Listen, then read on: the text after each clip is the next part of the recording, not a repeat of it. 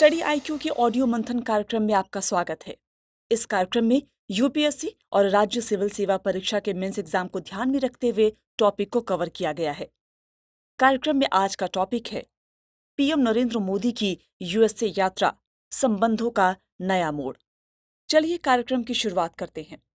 दुनिया इस वक्त तमाम चुनौतियों का सामना कर रही है, फिर चाहे रूस यूक्रेन युद्ध हो या अर्थव्यवस्था की कमजोरी, जलवायु परिवर्तन की चिंता हो या प्रशांत महासागर में उभरती नई चुनौतियां। ऐसे वक्त में प्रधानमंत्री नरेंद्र मोदी यूएसए की आधिकारिक यात्रा पर हैं। ये यात्रा दुनिया के सबसे बड़े लोकतंत्र और दुनिया के सबसे पुराने लोकतंत्र के एक मंच पर आने की है। ये यात्रा 21वीं सदी के मजबूत भारत की है। भारत ने वो दौर भी देखा है जब भारत ने यूएसए से गेहूं का आयात किया और न्यूक्लियर टेस्ट के चलते यूएसए के मनमाने प्रतिबंधों का सामना भी किया। आज का भारत खाद्यान्न में सरप्लस है। यूएसए की प्रमुख रणनीतियों में इंडो पैसिफिक केंद्र में है। भारत दुनिया के 5वीं सबसे बड़ी अर्थव्यवस्था है।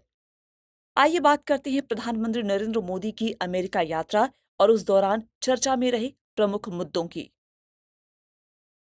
21 से 24 जून के बीच पीएम मोदी यूएस की यात्रा पर हैं। 21 जून को अंतर्राष्ट्रीय योग दिवस के मौके पर वो न्यूयॉर्क में यूएन के हेडक्वार्टर में एक समारोह में शामिल हुए। इसके बाद वॉशिंगटन में यूएसए के राष्ट्रपति जो बाइडेन से द्विपक्षीय वार्ता की। इस द्विपक्षीय वार्ता में दो मुद्दे प्रमुखता से शामिल थे।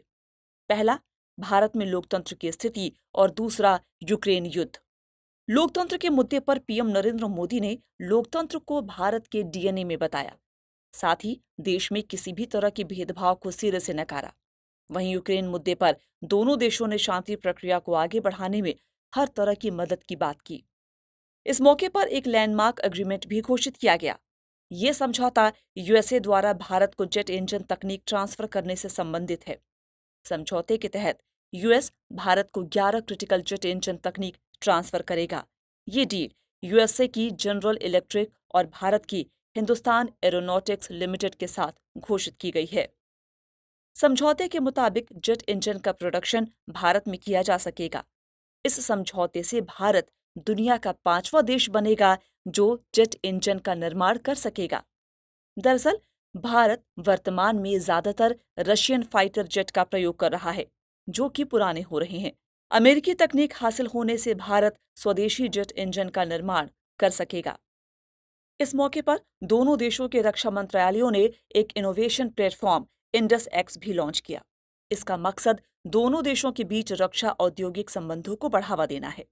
इस मौके पर यूएसए की chip maker company micron technology ने गुजरात में चिप असेंबली और टेस्ट फैसिलिटी में निवेश करने की घोषणा भी की। दूसरी ओर अंतरिक्ष के क्षेत्र में दोनों देशों के बीच 2024 में इंटरनेशनल स्पेस स्टेशन में एक मिशन को लेकर सहमति बनी। अंतरिक्ष के क्षेत्र में सबसे अहम योगदान भारत द्वारा आर्टेमिस अकॉर्ड में शामिल होने की है। यह अकॉर्ड कुछ सिद्धांतों का सेट है जो कि नॉन बाइंडिंग है। ये सिद्धांत 21वीं सदी में सिविल स्पेस एक्सप्लोरेशन को गाइड करने के लिए है। ये यूएसए के नेतृत्व में किया जा रहा एक ऐसा प्रयास है जिसका मकसद साल 2025 तक इंसानों को चंद्रमा पर भेजना है। साथ ही मंगल और अन्य ग्रहों तक स्पेस एक्सप्लोरेशन करना भी है। एक और घोषणा भारत के स्किल्ड वर्कर्स को लेकर की गई। दरअसल कोविड के चलते वीजा प्रोसेसिंग और वीजा रिन्यू की प्रोसेस काफी स्लो हो गई थी। अब यूएसए ने इसके लिए पायलट प्रोग्राम लॉन्च करने की बात कही है। इसके अलावा बेंगलुरु और अहमदाबाद में 2 नए काउंसुलेट खोलने की भी बात कही गई है। प्रधानमंत्री नरेंद्र मोदी की इस यात्रा पर उनके द्वारा बाइडेन फैमिली को दिए गए उपहारों की भी खासी चर्चा रही। इन गिफ्ट्स में the sandalwood box, the 10 principal Upanishads किताब का फर्स्ट एडिशन शामिल है। साथ ही यूएसए की फर्स्ट लेडी जिल बाइडेन को 7.5 कैरेट का लैब ग्रोन डायमंड उपहार में दिया गया। इस डायमंड को एक पेपर मैशी बॉक्स में दिया गया। कश्मीर की इस पेपर मैशी कला को कारी कलमदानी के नाम से जाना जाता है। वहीं सैंडलवुड बॉक्स के लिए चंदन कर्नाटक से मंगवाया गया था। इस पर हैंडक्राफ्ट जयपुर के कारीगरों ने किया। भारतीय प्रधानमंत्री नरेंद्र मोदी ने यूएसए की संसद के संयुक्त अधिवेशन को भी संबोधित किया। इस तरह प्रधानमंत्री नरेंद्र मोदी यूएसए के दोनों सदनों की संयुक्त बैठक को 2 बार संबोधित करने वाले पहले भारतीय प्रधानमंत्री बन गए हैं। साथ ही इजरायल के बेंजामिन नेतन्याहू के बाद ऐसे दूसरे अंतर्राष्ट्रीय नेता भी बन गए हैं। अपने संबोधन के दौरान उन्होंने यूएसए में बसे भारतीयों को भारत यूएसए के संबंधों में बेहद अहम बताया। उनकी स्पीच में कई अहम मुद्दों पर चर्चा की गई। कुछ अहम बिंदुओं को हम यहाँ शामिल कर रहे हैं। इससे पहले यूएसए की संसद को पीएम मोदी ने साल 2016 में संबोधित किया था। तब भारत की अर्थव्यवस्था 10वें पायदान पर थी। आज भारत दुनिया की 5वीं सबसे बड़ी अर्थव्यवस्था है। भारत का विजन ऐसे विकास का नहीं है जिससे महिलाओं को केवल लाभ हो, बल्कि भारत ऐसा विकास चाहता है जिसमें महिलाएं लीडर्स की भूमिका निभा सकें। भारत ने पेरिस सम्मेलन के लक्ष्यों में विशेष प्रगति हासिल की। भारत के ऊर्जा स्रोतों में 40% से ज्यादा की हिस्सेदारी नवीकरणीय ऊर्जा स्रोतों की है। विविधता भारत की जीवन शैली का अभिन्न हिस्सा है। भारत में तकरीबन 2500 से ज्यादा राजनीतिक पार्टियां हैं। 20 से ज्यादा पार्टियां विभिन्न राज्यों में प्रशासन करती हैं। भारत सभी धर्मों को मानने वालों के लिए एक घर है। यात्रा के दौरान पीएम मोदी ने एक हाईटेक हैंडशेक इवेंट में भी शिरकत की। इसमें भारत और यूएसए के बड़े उद्योगपति भी शामिल थे। इस मौके पर यूएसए के राष्ट्रपति जो बाइडेन ने उन्हें एक टी-शर्ट गिफ्ट की, जिस पर एक मैसेज था, the future is AI, America and India लिखा हुआ है। यूनिवर्सिटी ऑफ ह्यूस्टन में एक तमिल चेयर गठित करने की भी बात की गई। इन तमाम इवेंट्स में भारत और यूएसए के संबंध एक नई ऊंचाई पर पहुंचते दिख रहे हैं।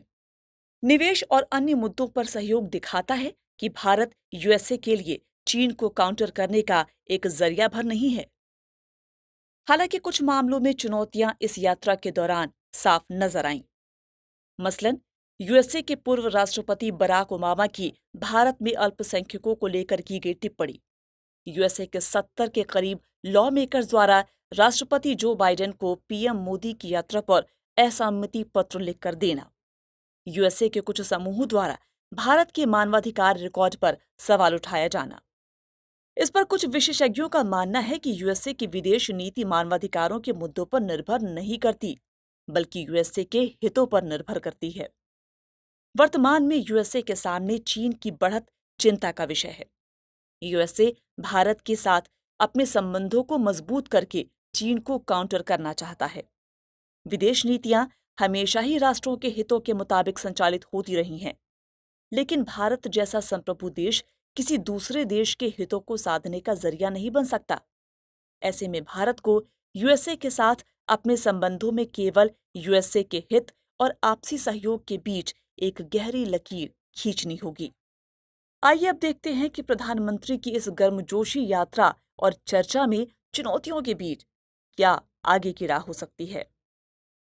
भारत और यूएसए के संबंधों के बारे में कहा जाता है कि ये न तो वास्तव में दोस्त हैं, ना ही दुश्मन।